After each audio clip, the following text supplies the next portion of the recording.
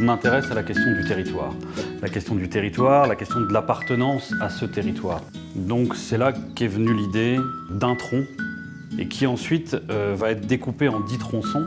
10 tronçons qui sont ces 10 trophées. Et c'est comme un peu une œuvre qui existe quand ils sont tous réunis. Donc évidemment, de façon symbolique, c'est toujours intéressant.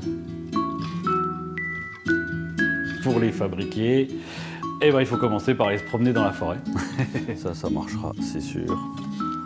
Mais c'est peut-être trop régulier, justement. Je cherchais les arbres, les essences, le bois.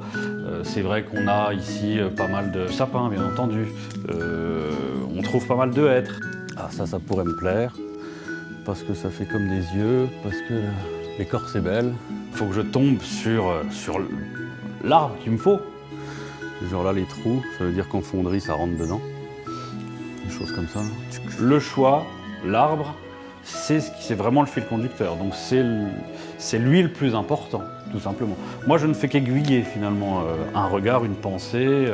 Je me sers vraiment du matériau. Et puis, de fil en aiguille, je tombe sur un morceau de boulot et un boulot qui a une belle écorce, il a les branches qu'il faut, il part bien dans l'espace, etc., etc. Du coup, je me suis arrêté sur un boulot.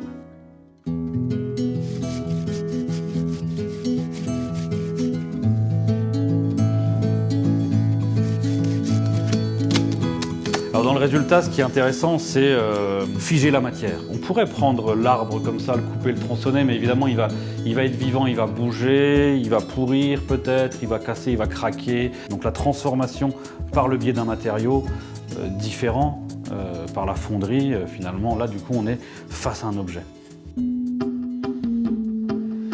Super bien, c'est génial. Non, c'est super. Tous les détails sont là, mais la matérialité n'est pas la même. Le poids est différent. La chaleur est différente, la sonorité est différente. C'est presque un objet qui rend hommage au bois. On a même des paillettes comme ça, toc toc toc. Impeccable. J'aime ça, la petite différence en fait entre c'est un arbre, mais c'est plus un arbre. Il est toujours là, il y a toujours sa présence, donc il y a le côté symbolique bien sûr, mais il est figé à un moment donné.